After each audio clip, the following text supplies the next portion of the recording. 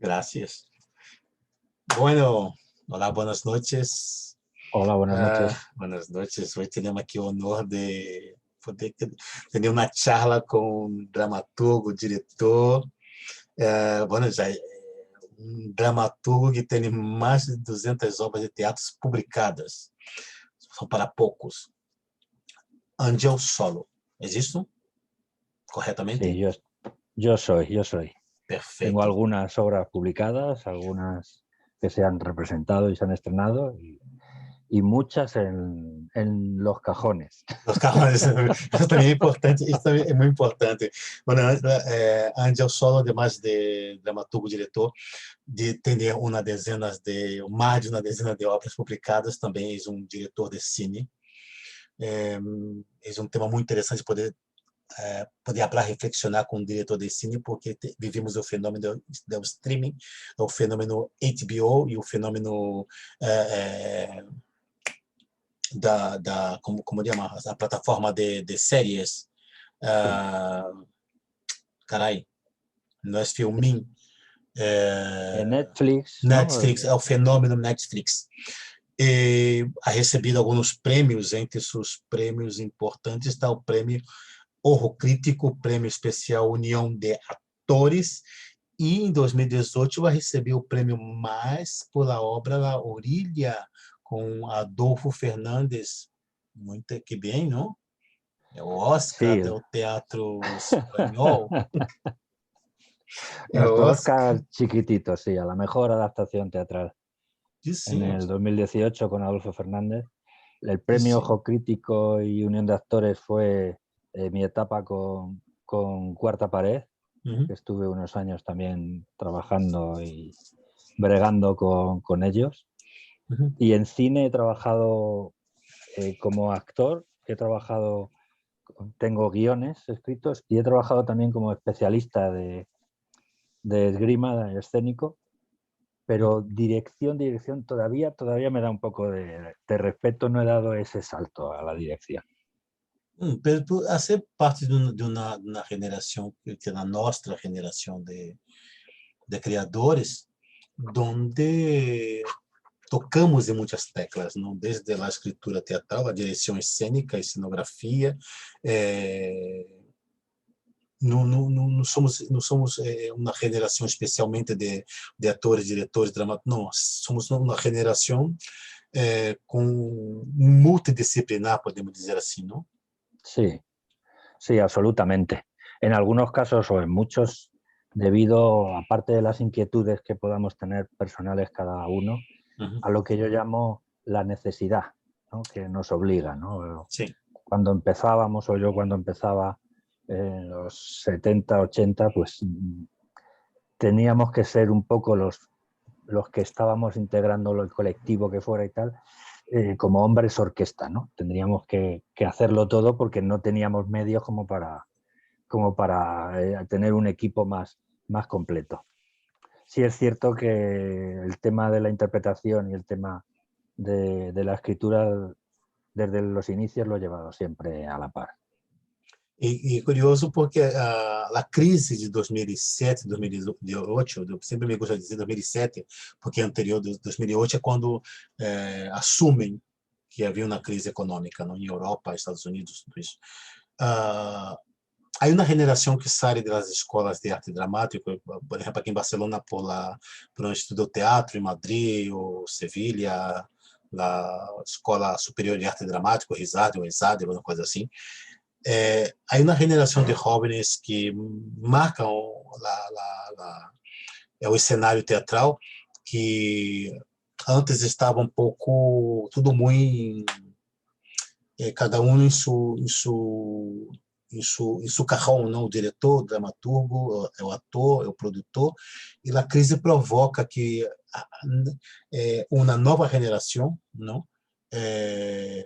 De criadores, podemos chamar assim, de criadores que pensam como a geração dos 80, início dos 90, a manejar ou dominar e trabalhar em diferentes direções, não? Como diretor, como dramaturgo, como atores, como produtores, para conseguir sobreviver uma crise que foi bastante importante para o teatro, foi bastante, complicou bastante a situação dos criadores, não? Como tu consegue observar assim, um paralelo entre nossa geração de criadores e essa geração de 2008? El problema que hay para los nuevos creadores que están saliendo, que son muchos y muy interesantes, ellas y ellos, desde hace 10, 15 o 20 años, fundamentalmente es que no han hecho otra cosa más que oír que el teatro está en crisis. Y si estaba cuando yo empezaba, ahora no podemos decir que haya mejorado. El último informe que he leído, no sé si era de AISGE o creo recordar, entre el 2009 y el 2019 se estiman que hemos perdido en España alrededor de 4 millones de espectadores. Si tenemos en cuenta que antes tampoco era muy boyante la situación, era muy desigual y la mayoría de los creadores y participantes y trabajadores de los teatros no tenían la posibilidad, muchos, de vivir todo el año del teatro y de las artes escénicas, pues ahora no me lo quiero imaginar cómo tiene que estar cualquier creador, cualquier dramaturgo que empieza. No lo sé, pero a lo mejor que no lo piense mucho y que se arroje a lo que le pide su corazón y le dicta su necesidad vital de creador y a ver por dónde salimos. Teatro está em Aldivan, teatro, porque eu creio que eu tenho uma formação mais ou menos, eu 30, um pouco mais de 30 anos em teatro, e sempre escuto que o teatro está em crise, não? Da crise do teatro, a crise da dramaturgia, e é um pouco psicanálise. ¿No? Sí, Teatro. lo que pasa es que yo creo que hay que distinguir. O sea, creo que cuando se dice mucho o se ha dicho mucho que el teatro está en crisis, se refiere a la etiqueta está puesta para poder vivir del teatro, ¿no? No lo entiendo como que las creaciones, los creadores, los intérpretes, los dramaturgos, los directores estén en crisis en el sentido de que haya un bajón con respecto a otras generaciones a nivel creativo, ¿no? O sea, y aparte, cualquier creador durante toda su vida y su recorrido pasará por varias crisis, supongo, ¿no? Pero son crisis vitales, ¿no? El problema es cuando es crisis, cuando cuesta que el medio, que esa caja que llamamos artes escénicas, que tenga buena salud, económica y que se puedan hacer bien y se puedan hacer viables muchos trabajos que a veces son arriesgados, diferentes, distintos, se crean cosas nuevas, nuevos lenguajes y para eso hay que tener un buen estrato, ¿no? un buen asiento, unos buenos cimientos, ¿no? Económicos. Pero não é pouco, eu dizia, o teatro vive em um divã, porque o teatro vive na crise. Por um pequeno exemplo, aqui temos o Teatro Livre, aqui em Catalunha temos o Teatro Nacional, e pelo que entendo de teatro público, esse teatro deveria estar ocupado por novas companhias, por por uma geração com mais frescor, com novas ideias, com comportamentos diferentes, com perspectivas diferentes, com propostas de novas linguagens estéticas, não? E dentro desses teatros públicos que deveriam ser a cozinha ou laboratório de teatro, estão o clube, não? Ou a crema de la crema del teatro. Não é uma contradição? Isso, de alguma maneira, não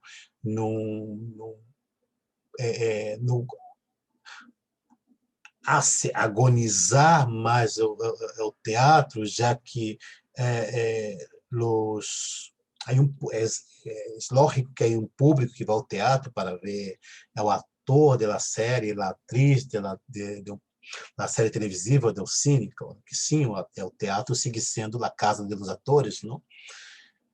Pero o teatro ele tem por sua história, por sua existência, o laboratório de criação de pessoas Sí, criativas, não? E quando esse laboratório que deveria ser público, aberto, essa nova geração está sendo ocupada há 50 anos por uma geração que já está indo por 70, 80 anos, a se agonizar, perder mais público, agonizar mais essa crise que levamos pelo menos eu quando eu pisei na escola de arte dramática, na Universidade de Artes Cênicas, já anunciavam que havia uma crise há muitos anos, não? E sigue, passaram 35 anos e sigue esta crise, não? Talvez não é sí. contraditório isso?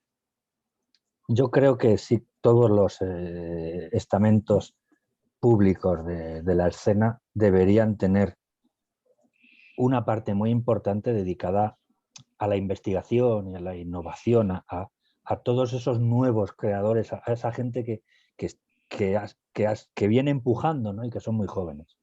No debe, lo cual no, creo que no es incompatible con que haya también gente con más trayectoria. Lo que pasa es que el tema de la gestión de los espacios públicos teatrales en este país no es que la conozca muy a fondo, pero como actor sí he trabajado en el Centro Dramático Nacional y en algún sitio y es muy difícil porque yo creo que está muy politizado. O sea, tenemos un problema de que el medio está atado de pies y manos dependiendo de qué color, digamos, político ha puesto a gestionar esos espacios. Y eso condiciona, creo que malamente.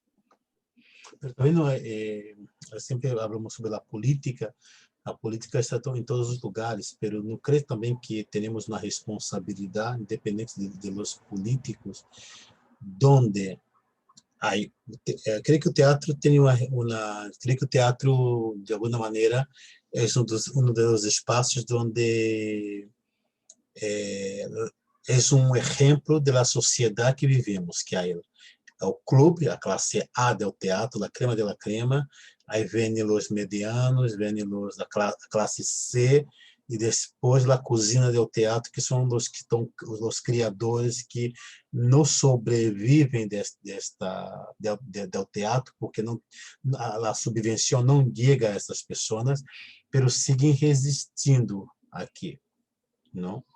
Não um pouco isso também o que está passando, porque creio que é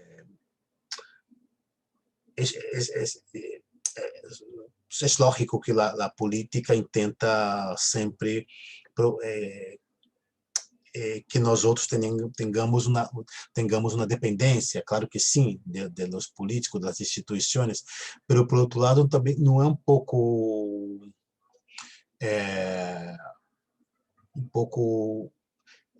responsabilidade nossa, que é um coletivo dentro do nosso setor, que levar muito bem essa politização para manter-se dentro das instituições? Sí, bueno, sucede eso también, no cabe duda. Pero es que creo que el teatro es una herramienta muy poderosa para los humanos, ¿no? Y se intenta politizar y se intenta controlar políticamente, ¿no? Que no, Sí. que no seamos incorrectos, que no mordamos, entre comillas, la mano que nos da de comer, ¿no? Cuando el teatro toda la vida, ya lo decía Cervantes y mucho antes, desde los clásicos griegos y romanos, no deja de ser un espejo en el que mirarnos como sociedad y en el que se ven muchas preguntas y tenemos que incidir. Y da igual si no te gusta lo que te está diciendo una obra de teatro, lo que te está haciendo pensar para crear una sociedad mejor también. pues forma parte del juego. Pero de repente nos están coartando ese derecho del teatro. Y el teatro político cada vez se ve menos. O sea, el teatro que es muy crítico con la sociedad, cada vez es más, no es que sea, cada vez nos dejan verlo menos. Porque yo creo que sí hay muchos autores y autoras que ponen el dedo en la llaga, pero nos dejan una parte sí y el resto no. Es como un gran iceberg y solamente vemos una puntita, ¿no? Pero la carga de profundidad no nos dejan que salga.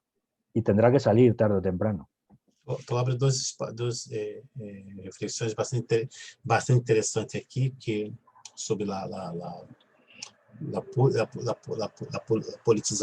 politização, que por um lado eu creio que essa politização de um lado vendeu, uma parte vendeu o setor, creio, por ser elitista, por ser classista, e por outro lado também creio que penso que como tu apontava, dentro do setor teatral, de alguma maneira assumimos, dentro do setor teatral, assumimos uma autocensura, assumimos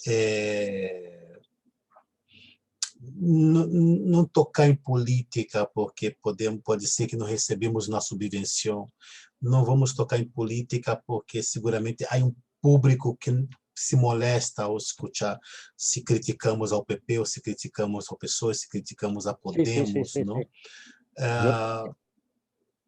Eso Aqui, lo he estado viviendo yo con algunas compañías con las que he estado representando, sobre todo como actor, pero en la misma obra que mencionabas que nos dieron el Max, con la compañía de Adolfo Fernández y Cristina Elso, que se llama K Producciones, más de un programador, de 2 y de 10, directamente a la hora de ofrecer ciertos productos teatrales te dicen: es que estas obras que tú haces o este teatro que tú haces, aquí no lo aquí no voy a dejar que se vea. Entonces, si no te contratan en X sitios y cada vez se va reduciendo más el número de plazas donde puedes representar, significa que te va coartando económicamente. Porque al final es inviable el hacer una obra de teatro que esté libre políticamente si luego no te dejan representarla. sim, minha companhia tinha antes de Argonauta, minha companhia foi fundada como Arte contra a Barbárie. Sí, lo sé. E hasta que depois de alguns anos buscando subvenção, alguém comentou: com este nome, nenhuma instituição te colocará uma subvenção. E afinal passamos a Argonautas. Pero aproveitando esta realidade que parece uma broma sobre minha companhia, de alguma maneira nós outros não assumimos uma moral que não é de nossa competência. Claro, no es responsabilidad nuestra. Nosotros vamos a mostrar un prisma, una cara del prisma social en una de nuestros espectáculos, de nuestras funciones.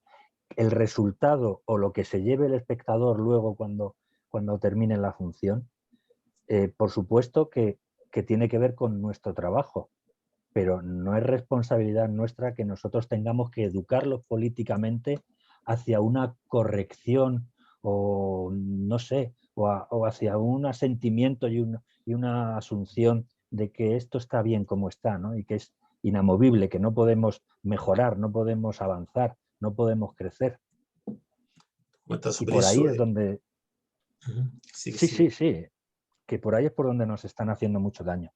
Porque claro, tienes que claudicar si quieres comer o poder vivir de otra cosa y luego hacer el teatro que tú quieres, ¿no? Antes de empezar a charla, empezamos un poco sobre el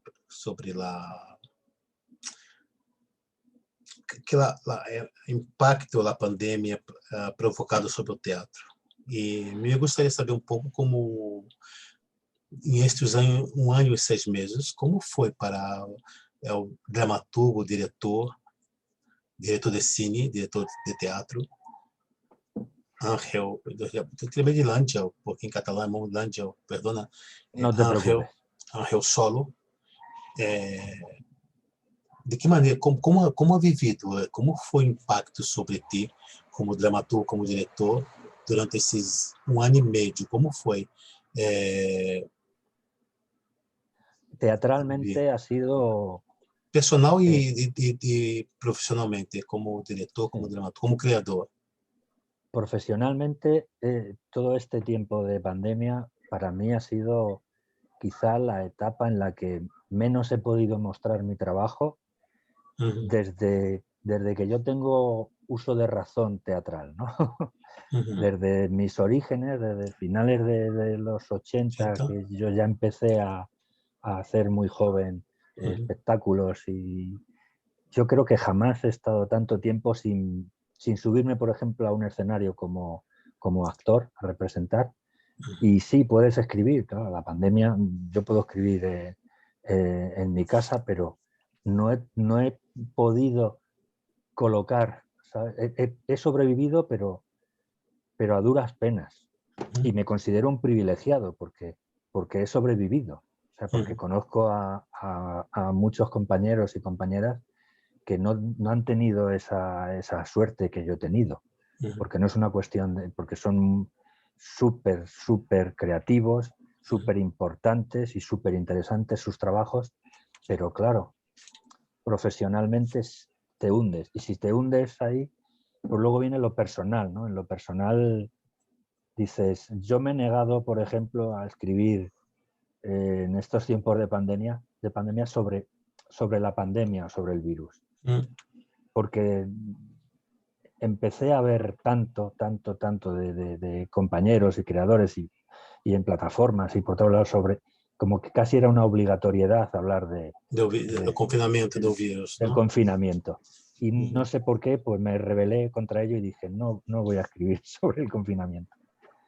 Y aunque tengo muchos apuntes de impresiones, ¿no?, personales en este periodo, me he negado. Isso, Luego, sí, uhum. dime. Te ha sorprendido como criador da pandemia?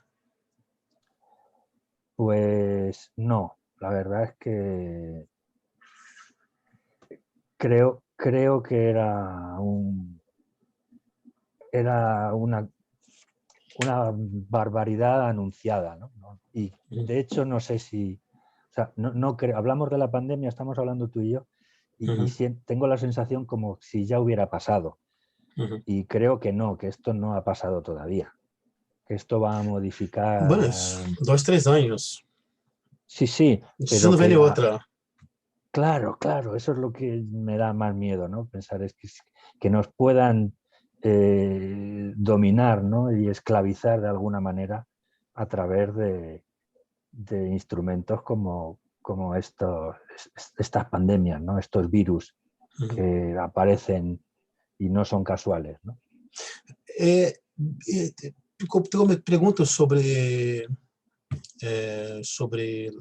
se havia te surpreendido da pandemia, porque eu li um artigo, ele de um artigo de um filósofo italiano, professor da Universidade de Roma, Lucio Ordini, que falava sobre isto, que de alguma maneira seus alunos descobriram, é o Boccaccio, né, que falava sobre a pandemia, e que não se havia lido tanto o livro, esse texto, nas universidades com a pandemia.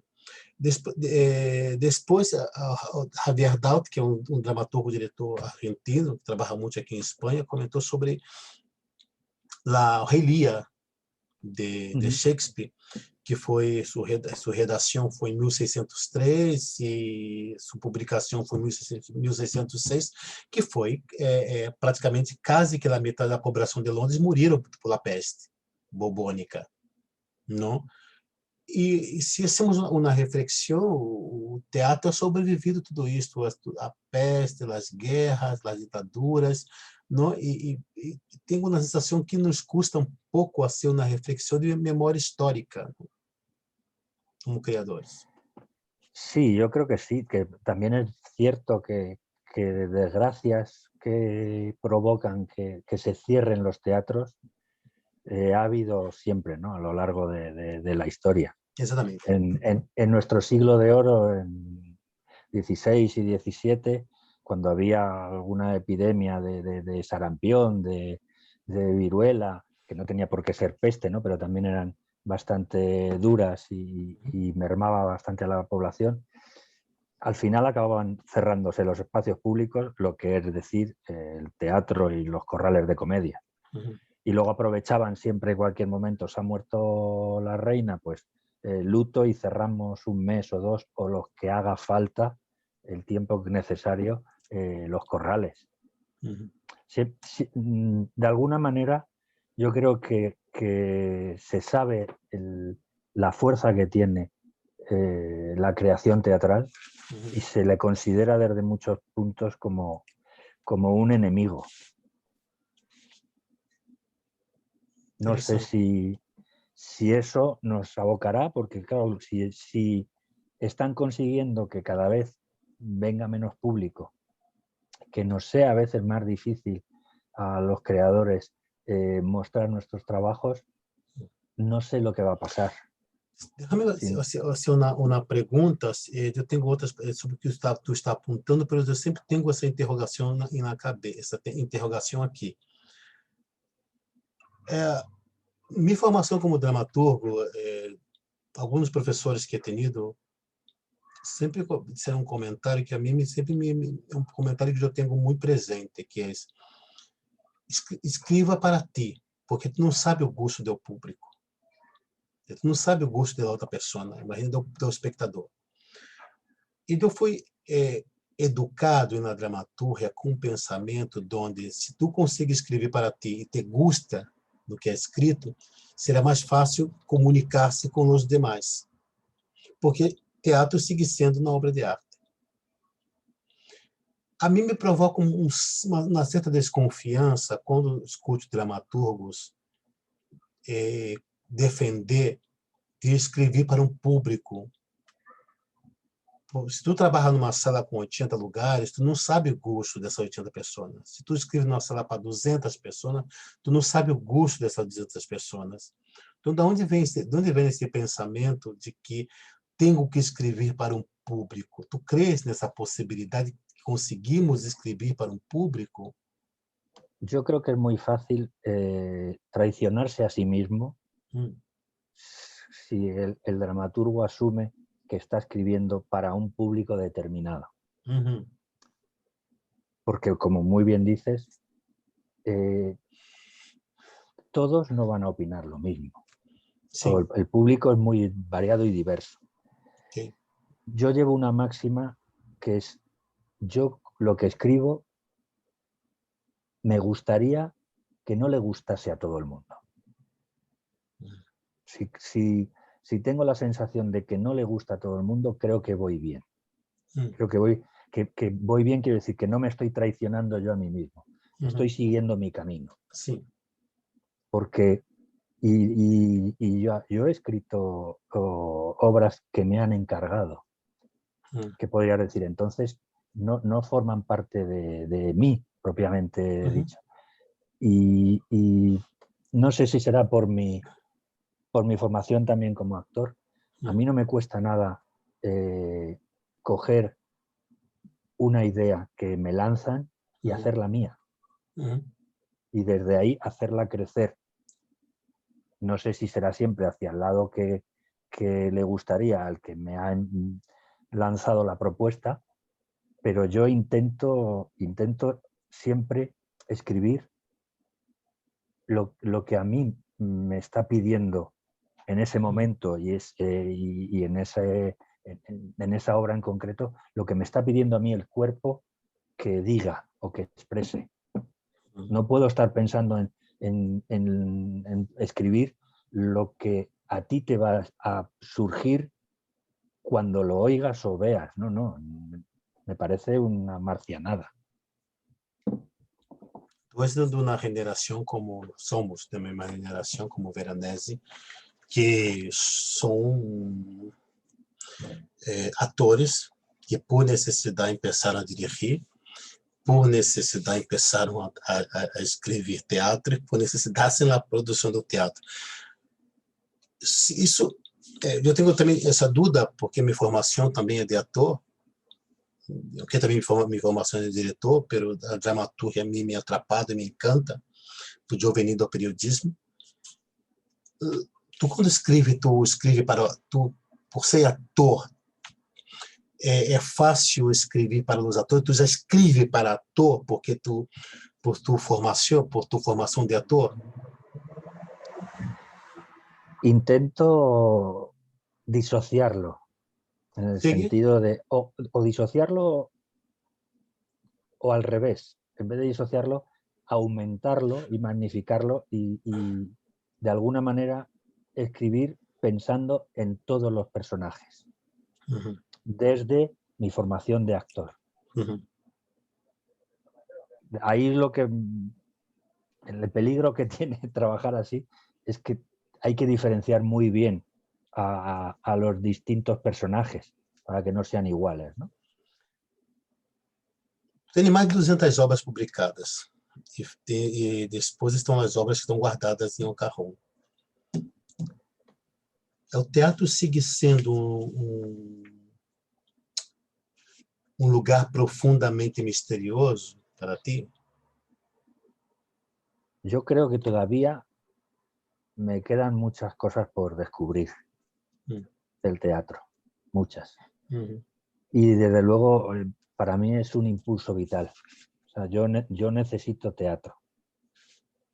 No sé si ya es que soy muy mayor y Perdón, nós somos da mesma generación. Ya lo sé, pero que soy tan mayor que ya no puedo cambiar, ¿no? De esa expresión que se decía, digo, soy un perro demasiado viejo para aprender trucos nuevos. Mejor pero yo necesito el teatro. Mejor lobo. Lobo é mais... Necesito como lobo ver teatro, escribir teatro, interpretar teatro. Me interesa mucho. Creo que es, como decía Cervantes, un espejo en el que nos miramos como sociedad y también es un espejo en el que yo me miro a mí mismo. Yo me descubro partes misteriosas de mí escribiendo teatro y haciendo teatro. Tu colocou uma coisa sobre o lado misterioso tuyo. Vou insistir um pouco sobre o tema do dramaturgo, que é ator, e é dramaturgo e é diretor. É mais fácil um dramaturgo que vem da interpretação colocar seus demônios sobre o escenário? No lo sé. No creo que sea ni más fácil ni más difícil. O sea, creo que dependerá mucho en el momento en el que uno esté cuando escriba y el concreto de los demonios sobre lo que escriba, porque tenemos muchos ahí. Exatamente, por isso eu perguntava, porque o ator tem essa capacidade, o ator tem essa preparação, que para mim é bastante, me encanta, pero não deixa de ser curioso, que o ator ele consiga domesticar seus demônios, ele consiga domesticar seus assassinos, seus Hitlers, seus genocidas. Bueno, sí, pero de alguna manera cuando estás, como dices tú, domesticando ahí a tus demonios, tienes la ilusión de que no eres tú, sino que eres el personaje. Y entonces ahí puedes, pero cuando estábamos escribiendo, ahí no puedes decir no soy yo, no es mi pensamiento, sí es mi pensamiento. Y no puedo engañar, no puedo engañar a los demás, ni me puedo engañar a mí. Tu comentou sobre o distanciamento, quem vem do teatro universitário é um pouco, eu sempre recordo de um professor que quando via alguma grande atriz de cine ou de teatro, ou o que seja, dizendo que foi muito difícil criar o personagem, que ia para casa com o personagem, que sofria com o personagem. E um professor me dizia: ator que sofre é um atormentado, porque o teatro é um grande juego, não? Somos mentirosos, não? Temos Sí, que sí, saber sí, rogar sí. como um ninho, não? Então ele dizia: ator que sofre é um atormentado, não? Tu como observa isso? Yo, sobre todo como actor, desde luego, Uhum. intento disfrutar. O sea, Também. disfrutar incluso cuando estoy llorando Uhum. por dentro.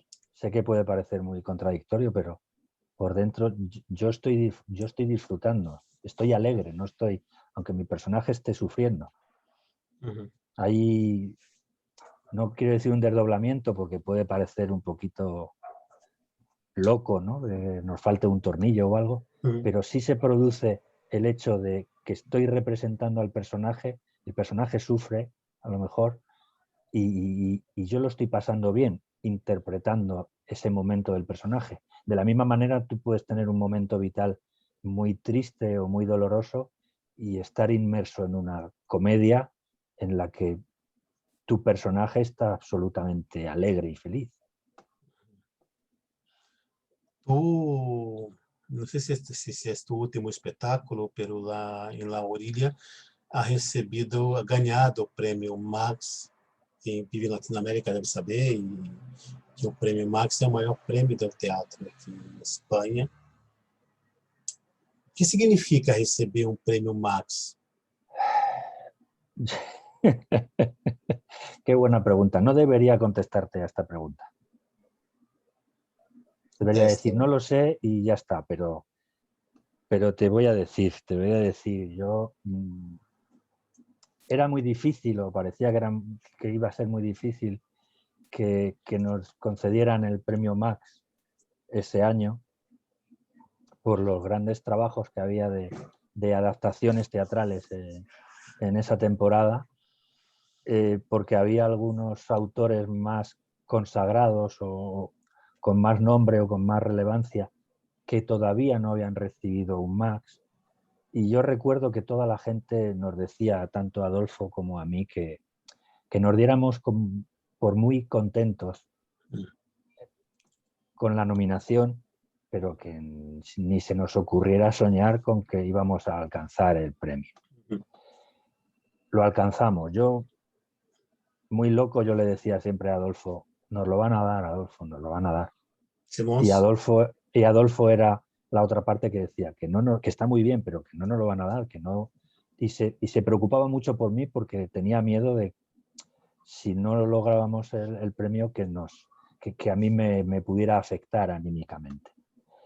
Conseguido el premio, yo lo primero que pensé es, me llamará gente, ahora me llamarán productores, me llamarán compañías,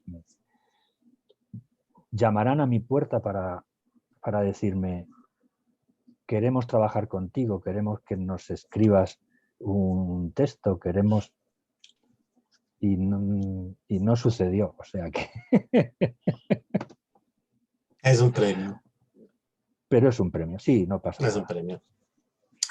Podemos deixar de comentar que La Orilla é uma adaptação da novela de Rafael Tisbe, Centro Dramático Nacional e produção de La Pavana, não? Como foi adaptar esse livro para o teatro? Adolfo Fernández y Cristina Elso, de K Producciones, fueron los que tuvieron la brillantísima idea de adaptar la novela de La Orilla, de Rafael Chirves. Y el proceso fue muy largo. Creo que era una novela difícil de adaptar, en el sentido de, no sé si eran 400 y muchas páginas, y no sé si habría 20 páginas dialogadas en la novela. Eran todo reflexiones del personaje protagonista y la novela iba, venía, y parecía que salvo hacer un monólogo, Mm. parecía que iba a ser una tarea imposible crear un texto en el que hubiera muchos personajes y que fuera pues lo que luego resultó ser, ¿no? Mm. Por suerte hubo mucha gente que creyó en él, en el Centro Dramático, finalmente costó mucho, casi 2 años o más de 2 años. La Pavana también se involucró, Emilia Yagüe, y conseguimos no solo tener un buen texto, sino que Adolfo consiguiera tener un equipo actoral bastante sólido. Y creo que montó un espectáculo absolutamente maravilloso. Yo tuve la suerte, además, de trabajar como actor también. Así que me llevé un doble premio. Adolfo Fernandes. La obra trata de un enfermo en fase terminal. La obra realmente era difícil, entre otras cosas, porque era una crítica terrible a nuestra sociedad española con la crisis, ¿no? Era a nivel político, a nivel moral. Hacía muchas preguntas y metía el dedo en muchas llagas que eran dolorosas, ¿no? Es que después de la explosión, del boom, de que todo se fuera a la mierda en este país, ¿qué pasaba con pero no con las grandes empresas o grandes nombres, sino qué pasaba con gente normal de a pie que de alguna manera había sufrido también o se había imbuido de ese espíritu de vivimos muy bien, vamos a por todas, y este era el personaje tenía una carpintería y entonces empezó a crecer, empezó a hacer y llegó la crisis y se lo llevó por delante también. Sí, o personaje se gosta un poco ese doble papel de víctima y verdugo, ¿no? Claro, claro. Y como el autor de la novela,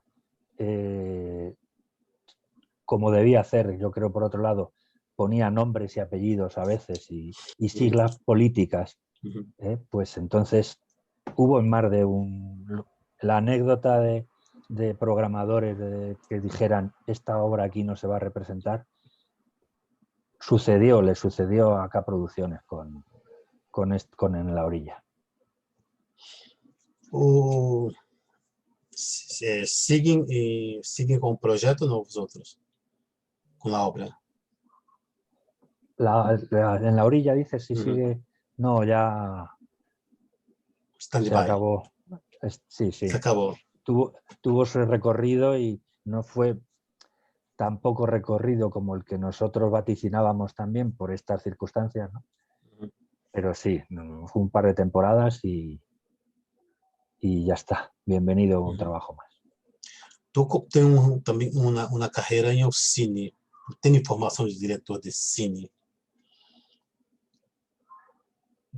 Yo tengo una duda. La marcación de los actores en el cine es exactamente la misma marcación de los actores del teatro en escena. Yo realmente,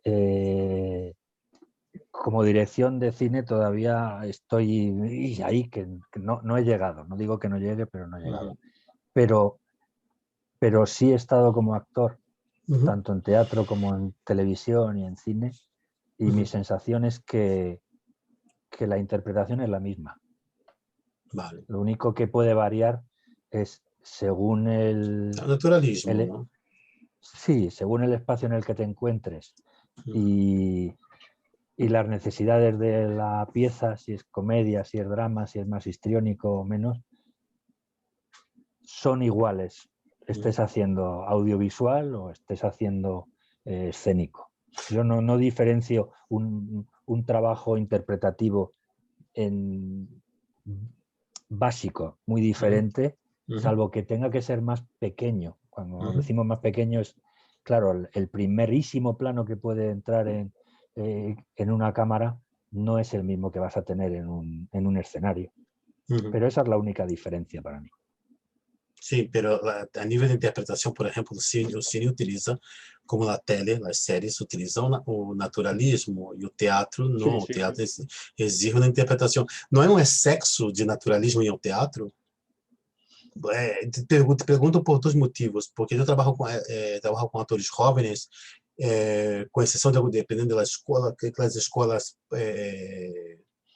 desgraçadamente, podemos dizer assim, as escolas, as instituições públicas, como o teatro, eu creio que sigue sendo das melhores escolas de formação de atores. As escolas privadas tenho a sensação de que preparam os atores para a fama, não? E poucos sobrevivem dentro deste recorrido. Alguns nem não chegam a entrar em este caminho, porque o teatro sigue sendo a escola dos atores. O teatro, o ator necessita pisar nas tablas, necessita se comunicar com os fantasmas, com o que chamamos os espíritos que estão aí, não? Creio nisso bastante. E atores que estão que saem de uma escola preparados para hacer série de televisão ou a fama, tem muito complicado. Sí, yo creo que sí hay muchas escuelas eh, que igual sí tienen ese, no sé, buscan a sus alumnos o les intentan imbuir de un sentido de, no sé si de fama o de una facilidad profesional, ¿no? Como diciendo, tú terminas tu trabajo formativo en esta escuela X y entonces vete a tu casa que van a empezar a llamarte, ¿sabes? A tu puerta para decir, ven a trabajar con nosotros, ven a trabajar con nosotros. Yo creo que eso sucede. También creo que hay mucha gente que piensa que ser actor o ser actriz es ser famoso, y creo que la fama no tiene nada que ver con esto. Uno puede ser famoso por 1.000.000 de actividades y de cuestiones. Trabajar en el teatro yo pienso que es otra cosa. Seguindo com o cine, de que maneira é impactado para ti ou em ti é o fenômeno do streaming? Yo soy un poco... Analógico. Sí, soy muy analógico. Entonces el streaming me supera en muchos campos y en muchas áreas, ¿no? De mi cerebro, como que no llego todavía a conectarlo, ¿no? Entiendo que hay veces, si estás encerrado, no hay otra manera. Si no hay salas de cine abiertas, si no hay teatros abiertos, es el único medio que tienes para poder alimentarte de algo parecido o similar, ¿no? Pero creo que intentar inventar ahora un teatro que se vea en una pantalla, siendo muy malo, diría que eso se llama cine. Pero se pode melhorar muitíssimo. Eu he visto a última versão de Jesus Cristo Superstar na Broadway, que tem a participação de Alice Cooper fazendo Pôncio Pilatos, e onde a câmera entra dentro do cenário. Sí. E é muito impactante ver a última versão de Jesus Cristo Superstar, que é um vídeo gravado. Isso não provoca, talvez, o fenômeno streaming? São perguntas, de alguma maneira, que se o teatro se permite cambiar as estruturas do convencional teatro, formato grego, formato italiano, e de repente ir mais para a arena ou espaços não convencionais, onde as câmeras permitem as câmeras entrar, estar em contato com os atores dialogar com essas câmeras. Você pode criar uma maneira de se comunicar menos fria. Por exemplo, na primeira televisão espanhola, que durante a pandemia tinha os espetáculos teatrais, no teleteatro, alguma coisa assim, eram obras muito interessantes, porque era muito fria, porque estavam em teatros italiano, teatro grego, e para nós outros que temos experiência de ver espaços não convencionais, ou na arena, que podemos dizer, não necessita tanto tão não convencionais, vamos para a arena, por exemplo. A arena, para mim é um lugar muito mais interessante que o grego, muito mais interessante que o italiano, não? Porque permite o público ver o ator em três dimensões, não? Em um todo, não? Pode ser, talvez o streaming pode ajudar um pouco, não, nessa direção. Sí, pero me estás hablando del espacio escénico, ¿no? Yo sí creo que el espacio escénico es el que uno decida Uhum, dónde se va a hacer. Me da igual uhum, que sea en medio de la calle, en una plaza, que el teatro, que el espacio sea circular. uhum, Me resultan muy interesantes los espectáculos uhum, en los que el público ve a otra parte del público, uhum, ya sea pasillo, ya sea circular y tal, porque de alguna manera ese público forma parte del hecho teatral para el uhum, espectador que le está viendo, y a su vez el otro espectador también le está viendo a él, y se produce uhum, ahí uhum, un producto interesante, ¿no? uhum, Pero siendo realistas, vivimos ahora mismo una sociedad en la que los móviles tienen cámaras de 4K ya o de uhum, lo que sea y uhum, 5G, uhum, Facebook, Instagram, uhum, Twitter. Si queremos hacer o si queremos llevar nuestro momento social al teatro, es inevitable que aparezcan las cámaras dentro del uhum, escenario, que uhum, aparezcan a lo mejor mensajes de WhatsApp en uhum, alguna pantalla, pero yo lo entiendo como un hecho natural o consustancial al uhum, momento en el que vivimos. uhum. Pero sí, para mí sigue siendo un hecho teatral, Sim, que solamente necesitamos eh, un, un- una actriz o un actor, un representante uhum, y un público. sim. Como para ti, como foi ver? Te pergunto porque a revolução tecnológica há mais de 30 anos e o teatro não ha subido ao carro da revolução tecnológica. Pero a pandemia é lógico que é uma nova geração de atores, diretores, dramaturgos, né? O teatro estava na pantalla, estava aqui na pandemia. Sí, sí. É, é, Jorge Dubate chama o fenômeno streaming de a ausência de la presença, síndrome da presença do presencial. Não? Tu como has visto? Es difícil a veces obviar algunas presencias. Te acabo de decir que me gusta mucho ese espacio escénico en el que no solo hay público, sino que el público se ve a sí mismo. Uhum, De repente, meternos en un sitio donde no hay público, a mí ya como hecho teatral hay algo que me cuesta entender, ¿no? De alguna sim. manera. No La, digo que no la, sea posible, que a mí me uhum, cuesta entenderlo. uhum. La, já vi, quando pensamos falando sobre a crise do teatro, pero uma das coisas que a pandemia colocou em manifesto foi o impacto econômico, é o impacto de público, o impacto sobre esse setor tão castigado, esse setor que leva décadas em Aldivan entendendo entender-se, não? E já denunciávamos, já discutíamos sobre a precarização desse setor. Grande parte dos atores que conosco, nós dramaturgos e diretores, não podemos nos espabilar e como criar, os atores são os que estão mais tocados.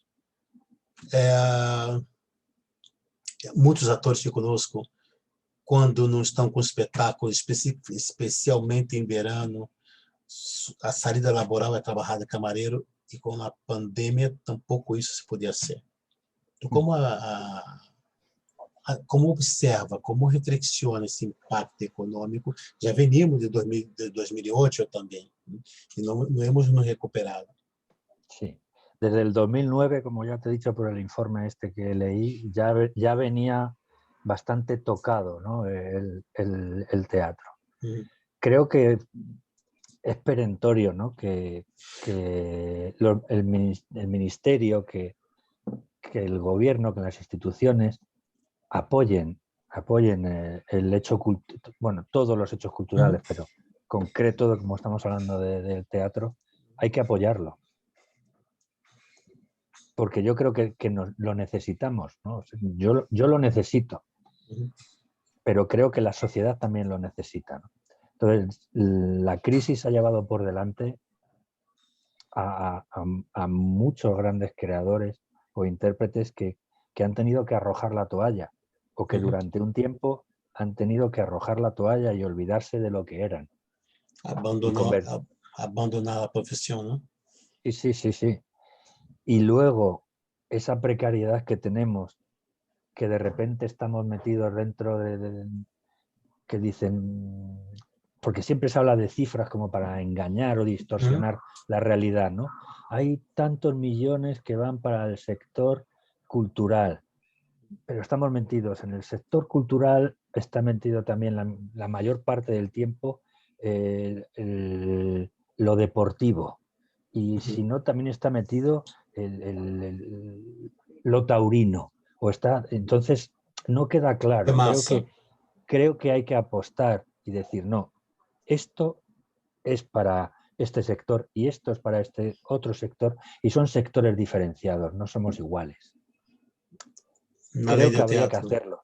Claro, la ley del teatro tiene que salir ya. Y luego esta crisis además está aprovechándola algunos ayuntamientos, algunas instituciones. Yo te quiero comentar un hecho terrible, y es en Aranjuez había un grupo de teatro, hay un grupo de teatro que se llama Cambaleo, que desde hace casi 30 años le cedió un espacio el ayuntamiento, y que lo han seguido manteniendo ya fuera el ayuntamiento de un signo u otro, para que ellos investigaran, elaboraran espectáculos teatrales y hicieran partícipe, ¿no? de ese espacio a muchas compañías, muchos eventos, y hace 2 meses o 3 meses lo han cerrado. El ayuntamiento lo ha cerrado por un problema que hay en una parte del edificio que no es exactamente la del teatro. Y yo creo que están aprovechando, o que corremos el peligro de que con la crisis del COVID y la precariedad que ahora mismo tenemos, que estamos muy debilitados, puedan aprovecharse para todavía mermar más esa libertad creativa de la que estábamos hablando, y ese derecho al teatro del que estamos hablando. Yo había apuntado una dirección antes sobre, por un lado está la politización, pero por otro lado creo que va muy bien a un sector privilegiado del teatro, que es el club de los grandes figuras del teatro que sobreviven de las instituciones. Pero por outro lado, hay uma coisa que pode ser também, podemos aprofundizar, que é a figura da crítica. Eu vejo que a crítica passa por um momento muito triste, porque a crítica ela ha tenido um papel muito elitista, muito classista, onde as novas propostas, novas companhias, elas só interessavam na crítica quando chegavam aos grandes teatros. Eu creio que essas companhias deveriam chegar aos criadores e companhias. Aqui em Catalunha temos as companhias independentes. Essas companhias deveriam chegar a ceder às grandes salas a partir da crítica. A crítica deveria ser, de alguma maneira, digo anunciador, pero de alguma maneira a crítica deveria estar adelante, estar por delante de los programadores, podemos Sí, decir sí, así. sí. Y Un la crítico crítica, mm, debería ser un revelador. O sea, exatamente. E a crítica, debería anticiparse. ela Sí, de alguma maneira quedou no lugar de comer as migarras para estar dentro de um clube, não?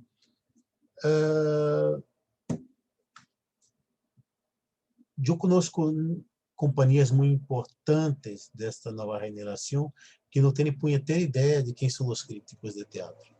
Isso é muito triste, não?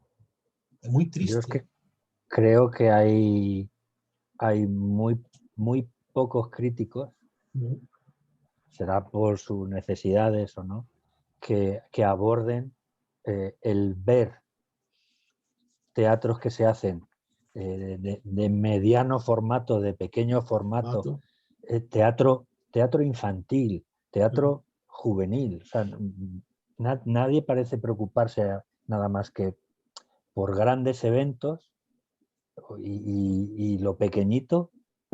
Creo que hay un abandono muy grande de un sector de la crítica. Tu comentou sobre teatro infantil, que era um tema que eu gostaria muito de comentar. Tivemos aqui em Barcelona um encontro onde, dentro do Obrador, da Beckett, claro, tem que colocar, porque foi eles que promoveram. Lutz Rubiner, Lutz Rubiner é um dramaturgo alemão, que é especialista, experto em teatro juvenil, ou para jóvenes, não? Que chamamos teatro para extraterrestre. Tem muito êxito. Em el debate saíram muitas questões e reflexões se quando escrevemos teatro para ninhos, se estamos escrevendo para os ninhos de hoje, que são nativos nas redes sociais, ou se escrevemos para os ninhos analógicos de nossa geração.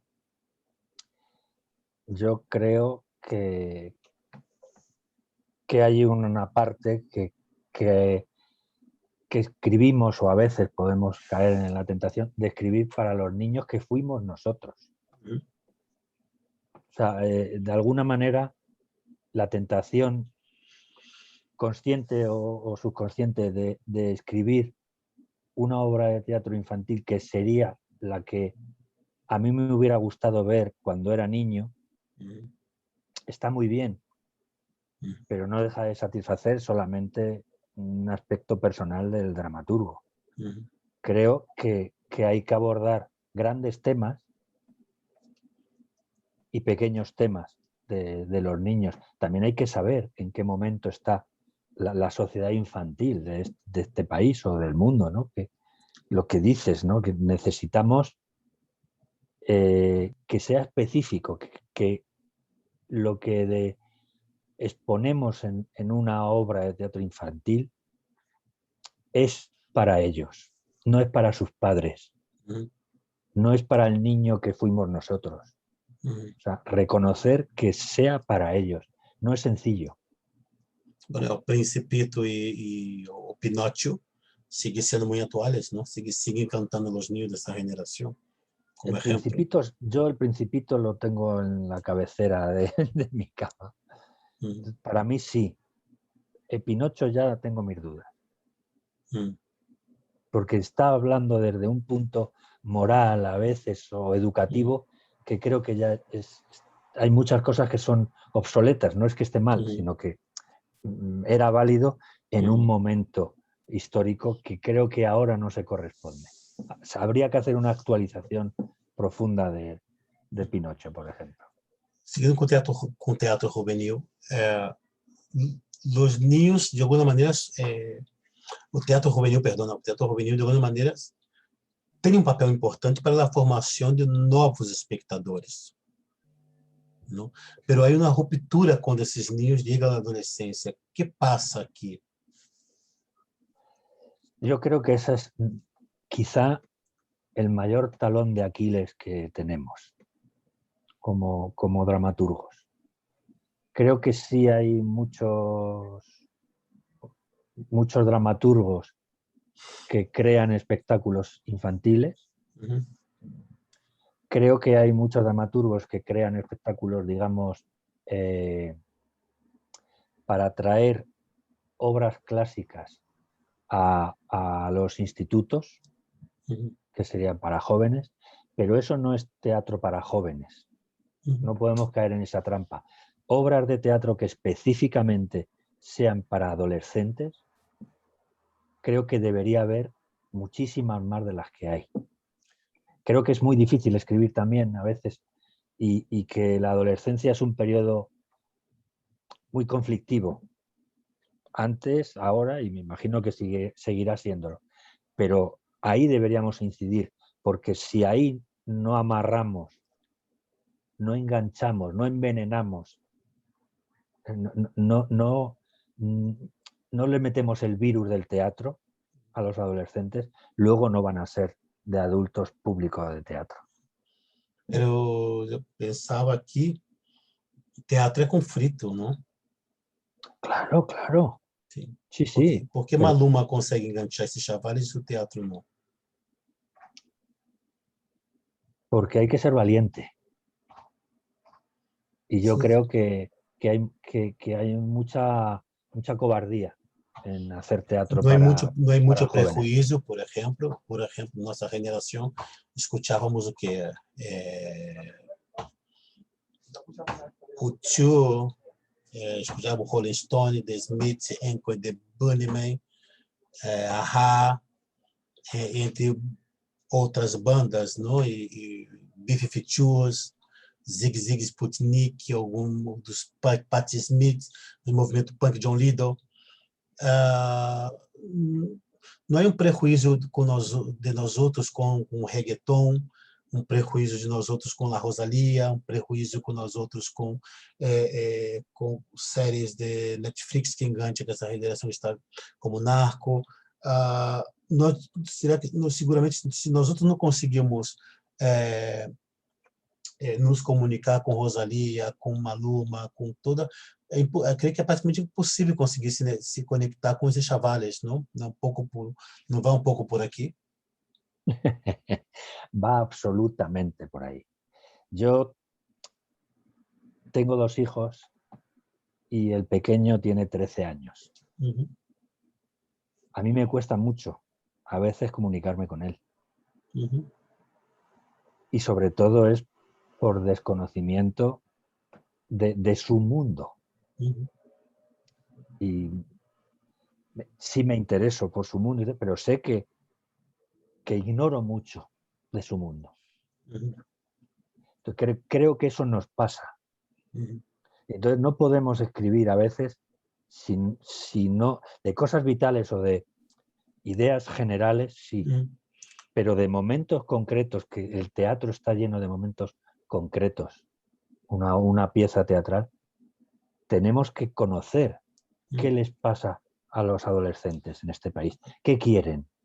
Aqui não está um pouco, pelo menos tentando seguir o raciocínio, significa se primeiro temos que entrar em seu universo de tu hijo, de los niños, para conhecer seu universo, porque se não entrarmos em seu universo e conhecermos, será que é praticamente impossível conduzi-los, invitá-los a ele, ao nosso universo? Pode ser, vai um pouco por esse caminho?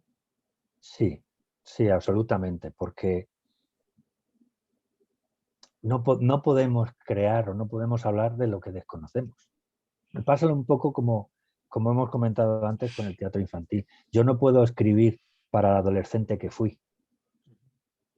Tengo que escribir, es más, tampoco debería escribir para mi hijo. Si escribo una obra joven, debería escribir para mi hijo y sobre todo para los que van a venir después. Para los que van a ser adolescentes dentro de 5 años. Porque sigue. Porque si no, cuando queramos, yo lo escribo. Después, lograr que alguien lo produzca, ponerlo en escena, pueden pasar 1 año, 2 o 3 o 5, y ya lo que yo haya escrito allí ya puede estar incluso obsoleto para algunos, para un buen porcentaje de adolescentes. Tu estás tentando dizer que tu tempo é daqui a 20 anos? Habría que intentar adelantarse, sí. Pero é um pouco isso, que tu tempo não pode ser 1980. Não, tu tempo tem que ser daqui a 20 anos. Sí, sí. Mi hijo, has estado hablando de la música que escuchan los adolescentes. Mi hijo ve Guardianes de la Galaxia y a mí se me saltan las lágrimas viendo cómo está tarareando temas y canciones de los 80, de la Electric Light Orchestra, y dices, qué bien. Pero eso es un momento de mi hijo. Um momento. Pero luego tiene momentos, no ya de reggaetón, sino de otro tipo de música electrónica, de música que hacen, por ejemplo, Rap. Sí, y de música que hay muchos youtubers que también hacen música. Que é outra maneira de se comunicar muito importante. Eu creio que o teatro creio que o youtuber para o teatro é uma plataforma espetacular de difusão. Es quizá el mayor vehículo en el que se relacionan ahora mismo los adolescentes. Democrático, muy democrático. Y de eso es muy difícil encontrar obras, que de repente en la obra estén ciertos valores, ciertos temas, ciertos universos del adolescente. Yo no le puedo hablar a un adolescente de mis problemas de adolescencia justo post-régimen franquista. Sí. Si no lo van a entender nunca. Y es más, no tiene sentido. A ellos les tenemos que hablar de cosas de ahora y de cosas que a ellos les importan. Y es muy difícil. Y yo hablo desde el conflicto padre e hijo, que ya me cuesta a veces, pues un dramaturgo que ya no se dirige a un hijo solamente, sino nos dirigimos a los hijos adolescentes de muchos de la sociedad. Complicado. Y es nuestro talón de Aquiles. Tenemos que tener un excelente teatro adolescente.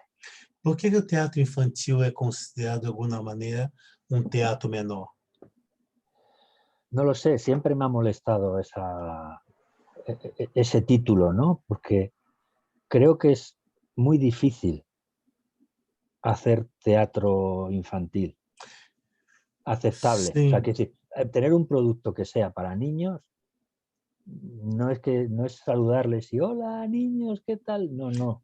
Es mucho más complejo. Passa um pouco como para os adolescentes, porque eu recordo uma escritora aqui catalana que habla de la morte com os niños, ¿no?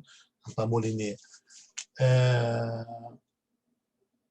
Os niños têm uma coisa muito interessante, eles passam próximo de algumas escolas de ninho e eu vejo ninhos de diferentes origens jogando. Quando passa determinada idade, as coisas cambiam, porque os niños se os niños têm prejuízo é porque em casa ele já vive dentro dessa formação que ele tem para que lo prepara para ter prejuízo, não? Prejuízos. Mas em geral os niños têm essa tendência a ser muito abertos, como no caso dos adolescentes que tentamos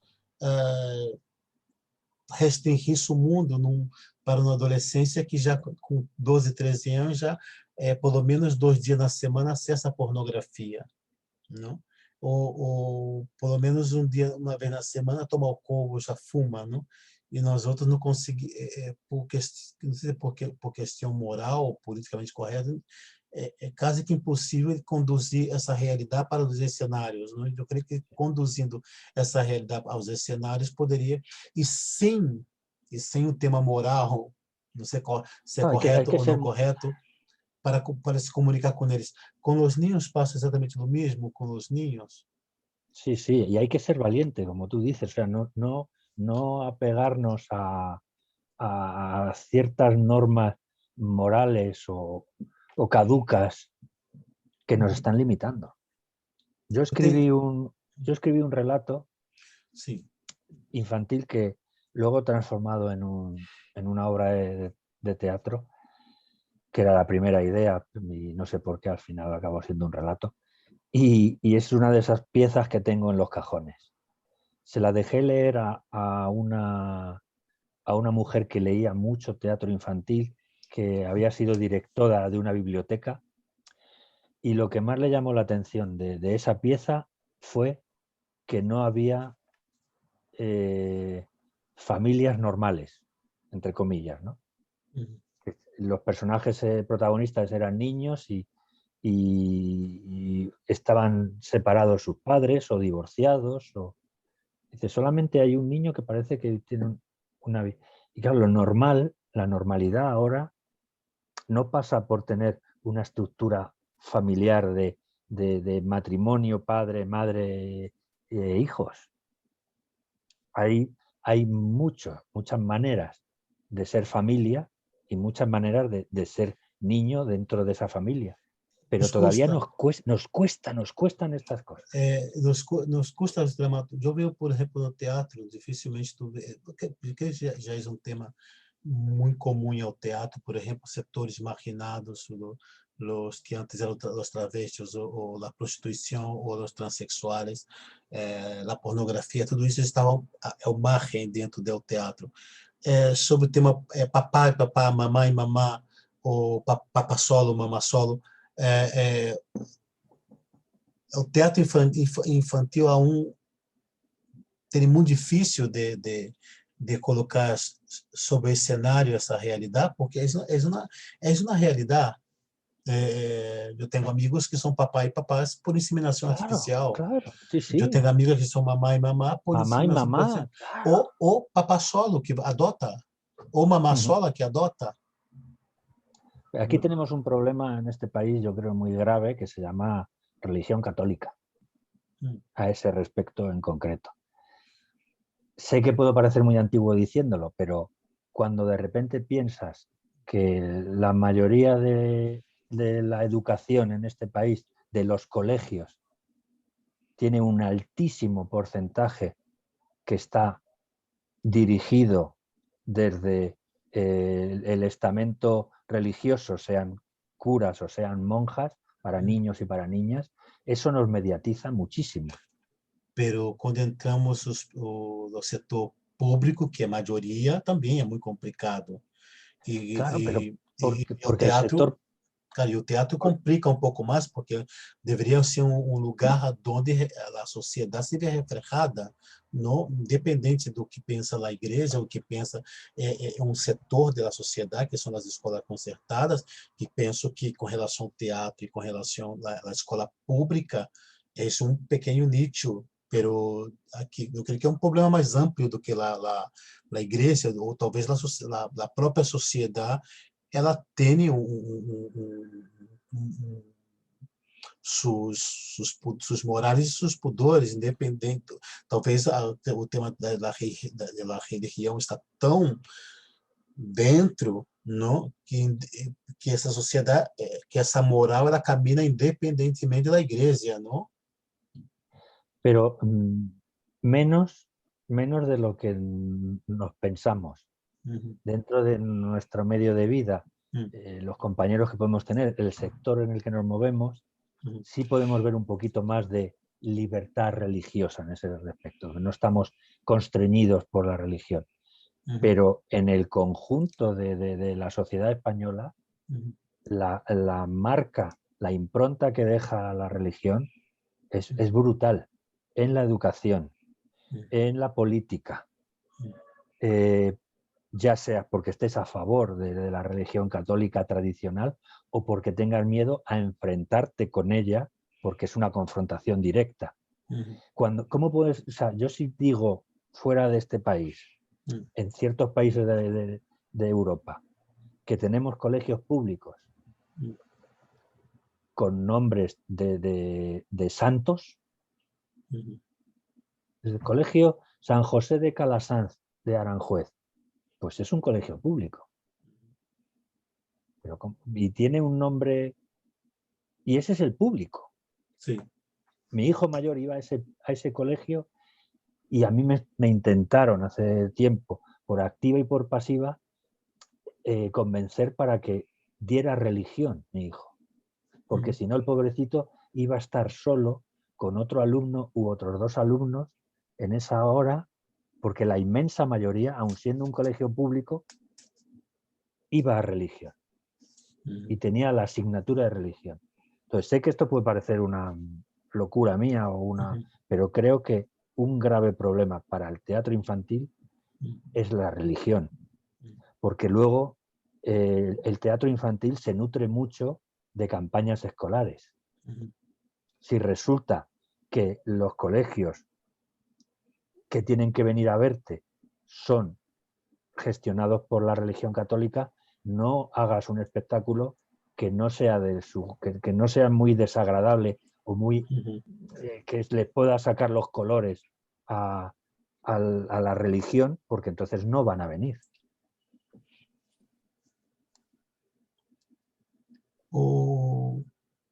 Até como criador, que te impulsiona a escrever?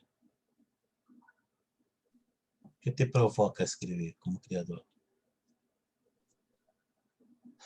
A mí escribir me da vida. A mí escribir me lleva a mover el universo que tengo yo interior, a cuestionarme 10.000 preguntas y a veces a no cuestionarme nada y tirarme y lanzarme a la vida desde la escritura. Pergunto isso porque creio que estávamos falando antes sobre o tema da pandemia, quando começamos a charla. Durante este 1 ano e meio, vamos tentando buscar um pouco. Há uma nova realidade, o teatro está dentro desta nova realidade, e busca um pouco o que vamos ver em teatro daqui a 2 anos, o que passará com o teatro daqui a 2, 3, 4, 5 anos, com a dramaturgia. Tu consegue ver, tentar ter uma ideia, está seguindo mais ou menos por que caminhos estão seguindo a criação teatral, as criações teatrais. Tu tem uma ideia do que vamos ver depois de todo o tema da pandemia, confinamento? Pues yo creo que ya se ve y ya lo tenemos, que va a haber una gran mixtura, ¿no? Va a haber espectáculos muy multidisciplinares. Las cámaras van a estar ahí sí o sí. Las pantallas ya están integradas, o sea, no. Pero yo creo que al final siempre el teatro es el mismo.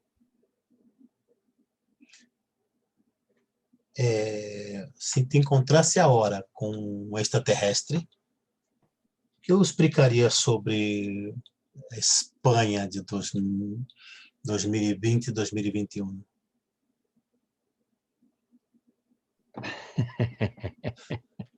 ¿Qué le diría de España de 2021? Que los marcianos somos nosotros. Que se van a sentir como en casa, que vengan, no hay ningún problema. Está salindo bem. Está salindo muito bem. Ángel Solo, dramaturgo, diretor teatral, licenciado em interpretação pela Real Escola Superior de Arte Dramático, diretor cênico, diretor cinematográfico, com vários prêmios, entre eles o prêmio Horror Crítico e o prêmio especial União de Atores e o prêmio Max, que é a Oscar do Teatro Espanhol. Muitíssimas graças por aceitar nossa invitação para participar desta charla de Espera de Godot. Muchísimas gracias por invitarme, porque ha sido una sorpresa la invitación y ha sido un placer estar hablando con vosotros. Foi um prazer, foi muito interessante entrar um pouco em teu universo, em teu pensamento. Me ha encantado, me ha encantado. Eu penso que temos que repetir isso. Isso é interessante, poder repetir com a câmera gravando, não aqui pela pantalla, né? Depois subimos ao YouTube, mas me encantou. Me apetece ler um pouco de tuas obras também. Espero que também os amigos de Latinoamérica, os colegas de Latinoamérica, possam ver também e buscar e entrar um pouco em tu universo como autor, como dramaturgo. Muito contento, muito contento de poder estar esses minutos aqui charlando contigo e para mim foi um pouco, de alguma maneira também, amplia meus conhecimentos, amplia meu universo e foi um grande prazer, como dizem os amigos bascos. Muchísimas gracias por estar aqui com nós outros. Gracias a vosotros. Un abrazo. Outro para ti. Homéricos siempre.